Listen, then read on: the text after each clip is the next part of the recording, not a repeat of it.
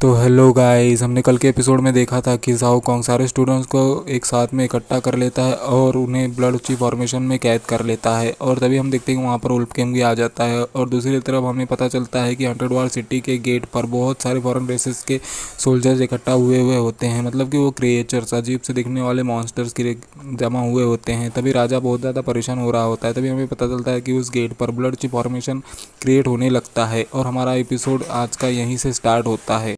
और हम देखते हैं कि ज़ाओ कॉन्ग और वुल्फ किंग कुछ तो रिचुअल करने लगते हैं अजीब सी भाषा में, कुछ तो स्पेल्स करने लगते हैं, मतलब कि मंत्र वगैरह पढ़ने लग जाते हैं जो कि किसी भी समझ में नहीं आ रहे होते हैं। तभी मास्टर फैंग शुई चेन ली से पूछती हैं कि ये लोग क्या कर रहे हैं। तो चेन ली बताता है कि ये फॉरेन रेसेस का एक सेक्रीफाइस देने का, मतलब कि बलि देने का एक रिचुअल है और ये इसे ही परफॉर्म कर रहे हैं। तभी हम देखते हैं कि सारे स्टूडेंट्स को बहुत ज़्यादा तकलीफ़ होने लग जाती है और वो खांसने लग जाती है, उन्हें सांस लेने में भी बहुत तकलीफ़ हो रही होती है। तो स्टूडेंट पूछते हैं कि ये सब कुछ क्या है। तभी एक आवाज़ आती है जो कि ज़ाओ कॉन्ग की होती है। वो कह रहा होता है कि ये वही है जिससे तुम आज ख़त्म हो जाओगे। तभी स्टूडेंट्स कहने लग जाते हैं तुम तो हेवन सेक्ट के एक डिसिपल हो और तुम्हें शर्म नहीं आती कि तुम अपने ही फेलो, मतलब कि सोल क्लासमेट्स को, मतलब कि अपने ही फ्रेंड्स को मार रहे हो और तुम इसका जवाब अपने सेक्ट मास्टर को किस तरह से दोगे और उन्हें किस तरह से मुंह दिखाओगे। तभी ज़ाओ कॉन्ग कहने लगता है कि द मिस्टिकल हेवन सेक्ट और ज़ोर ज़ोर से हंसने लग जाता है और बताता है कि मैं तो कभी मिस्टिकल हेवन सेक्ट का कोई स्टूडेंट था ही नहीं। और कहता है कि ये तो सब वो थे जो कि डोंग डाफा और सेक्ट मास्टर तुम्हारे, जो कि मेरे पास में भीख मांगते हुए आए थे, कह रहे थे कि मैं उनकी हेल्प कर दूं थंडर मैडमैन के खिलाफ जाने के लिए। मैंने तो सिर्फ उनका प्रपोज़ल एक्सेप्ट किया और स्टूडेंट बनने की एक्टिंग की। और तभी वो जाकर उस फॉर्मेशन पे अपने हाथों को पटकता है और हंसने लग जाता है और उन स्टूडेंट से कहता है कि चलो आज तुम्हें मरने से पहले मैं एक सच्चाई बताता हूँ। और कहता है कि मैं तो वुल्फ किंग हूँ, जूनियर वुल्फ किंग हूँ और मैं डेमन सेक्ट के मास्टर का बेटा हूँ। और तभी सारे स्टूडेंट हैरान हो जाते हैं और शॉक हो जाते हैं और डर रहे भी होते हैं। कहते हैं कि डेमन सेक्ट, ये कैसे मुमकिन हो सकता है। तभी चेन ली जोर से चिल्लाते हुए कहता है कि तो सभी लोगों ने ये सब कुछ सुन ही लिया है। ज़ाओ कॉन्ग ने जो कहा है कि हमारे जो अभी के सेक्ट मास्टर हैं और डोंग डाफा, इन्होंने फॉरेन रेसेस के साथ में और डेमन सेक्ट के साथ में हाथ मिला लिया और हमारे पिछले सेक्ट मास्टर थंडर मैडमैन को धोखा दिया। ये कितना शर्मनाक है। मैं चाहता हूँ कि आप सभी लोग मेरे विटनेस बने और सबके सामने ये सारी बातें बताएं। और कहता है कि जब हम यहाँ से मिस्टिकल हेवन सेक्ट में वापस जाएंगे तब मैं मास्टर को ये सारी बातों का एक्सप्लेनेशन मांगूंगा, जो कि अभी के सेक्ट मास्टर हैं मिस्टिकल हेवन सेक्ट के।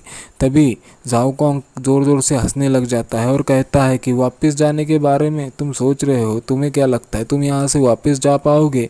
तुम्हारा तो सोल भी इसी ब्लड चिप फॉर्मेशन में पूरी तरह से ख़त्म हो जाएगा और तुम वापस जाने के बारे में सोच रहे हो। तभी हमें पता चलता है कि ज़ाओ कॉन्ग और वो वुल्फ किंग उस फॉर्मेशन को एक्टिवेट कर देते हैं जो कि ब्लड चिप फॉर्मेशन होता है। और कहता है ज़ाओ कॉन्ग कि चलो अब तुम सारे लोग इस बात का मज़ा लो और इस वक्त में इंजॉय करो।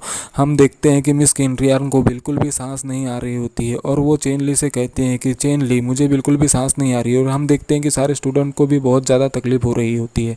तभी मिस लियू चेन ली से पूछती हैं कि चेन ली भाई, तुमने कल रात को जो कुछ भी किया, क्या तुम्हें भरोसा है कि तुमने जो कुछ किया उसमें तुम कामयाब हुए हो? तभी हम देखते हैं कि चेन ली थोड़ा सा मुस्कुराता है और कहता है कि तुम्हें सिर्फ मुझ पर भरोसा रखना चाहिए। तो हमारा सीन शिफ्ट होता है और हम देखते हैं कि 100 वार सिटी को, जहाँ पर कि वो फॉर्मेशन ओपन होने लग जाता है पूरी तरह से। हम देखते हैं कि वहाँ पर थोड़ा सा विस्फोट भी हो रहा होता है। तो ये देखकर वो सारे मॉन्स्टर्स, मतलब कि फॉरेन रेसेस के लोग कहते हैं कि चलो इन सारे लोगों को मार देते हैं। ये सब कुछ देखकर वो 100 वार सिटी का लॉर्ड कहता है कि अब ब्लड डेमन चीफ फॉर्मेशन जल्दी ही एक्टिवेट होने वाला है, जिस वजह से हमारी पूरी इंसानियत ख़त्म हो जाएगी। तो वो एल्डर कहता है कि लॉर्ड, मुझे लगता है कि हमारे बीच में ही कोई छुपा हुआ चूहा है, नहीं तो फिर इन फॉरेन रेसेस की इतनी हिम्मत नहीं होती कि वो ब्लड फॉर्मेशन को सेट करके हमारी सिटी पर अटैक करते। तभी राजा कहता है कि ये सारी कुछ मेरी लापरवाही का नतीजा है, क्योंकि ये मेरी ड्यूटी थी पर मैं इसे निभा नहीं पाया। पर मुझे इतना पता है कि अगर हमने कभी इस सिचुएशन को फेस कर लिया, उसके बाद में मैं उस गद्दार को ज़रूर ढूंढूंगा और उसे ढूंढकर उसे फांसी की सज़ा दे दूंगा और उसे जान से मार दूंगा। तभी हम देखते हैं कि वो फॉर्मेशन ओपन हो जाती है, मतलब कि वहाँ पर क्रिएट हो जाती है और पूरी तरह से सारे लोग उसके आसपास से हट जाते हैं। हम देखते हैं कि 100 वार सिटी के लॉर्ड बहुत ही ज़्यादा घबरा जाते हैं उस फॉर्मेशन को देखकर और कहने लगते हैं कि मैं इस सिटी का राजा हूँ, मतलब कि 100 वार सिटी का लॉर्ड हूँ और मैं अपने सिटी की रक्षा करने के लिए अंत तक लड़ूंगा, चाहे मेरी जान इसमें चली ही क्यों ना जाए। तभी हम देखते हैं कि उस ब्लड ची फॉर्मेशन से चेन ली और वो सारे स्टूडेंट्स और वो झाओ कॉन्ग और वहाँ के सारे लोग वहाँ पर आ जाते हैं। तभी चेन ली कहता है कि आपको इसके ऐसा करने की ज़रूरत ही नहीं पड़ेगी, अभी तो आपको अपने सिटी की हिफाजत करनी है। और तभी हम देखते हैं कि सारे स्टूडेंट ये सब कुछ देखकर बहुत ही ज़्यादा हैरान और बहुत ही ज़्यादा चौंके हुए होते हैं। तो स्टूडेंट कहते हैं कि हम यहाँ पर कैसे आए, और कहते हैं कि ये तो 100 वार सिटी ही है ना। तभी हम देखते हैं कि चेन ली कहता है कि सभी लोग शांत हो जाएं, इसके बाद मैं इन सारे फॉरेन रेसेस को, मॉन्स्टर्स को इसके लिए भुगतना होगा और मैं उन्हें इसकी सज़ा दूंगा। तभी वो एल्डर कहता है कि लॉर्ड यूची, जहाँ हमें पता चलता है उस लॉर्ड का नाम यूची होता है। तो एल्डर कहता है कि लॉर्ड यूची, मुझे कुछ तो भी ठीक नहीं लग रहा है, यहाँ पर कुछ तो गड़बड़ है। इस ब्लड डेमन ची फॉर्मेशन से ये मिस्टिकल हेवन सेक्ट के जूनियर कैसे ट्रांसपोर्ट होकर यहाँ पर आ गए। तो वो राजा थोड़ा सा राहत की सांस लेता है और कहता है हाँ। और फिर हम देखते हैं कि चेन ली के सामने वुल्फ किंग और झाओकॉन्ग होता है, जहाँ पर कि वुल्फ किंग कहता है कि ये सब कुछ क्या हो रहा है। तो झाओकॉन्ग कहता है कि मैं यहाँ पर कैसे पहुँच गया। तो चेन ली उनसे हंसते हुए कहता है कि तुम यहाँ पर इसलिए हो क्योंकि तुम अपने अंत से मिलने वाले हो या फिर अपने इंतकाम से मिलने वाले हो।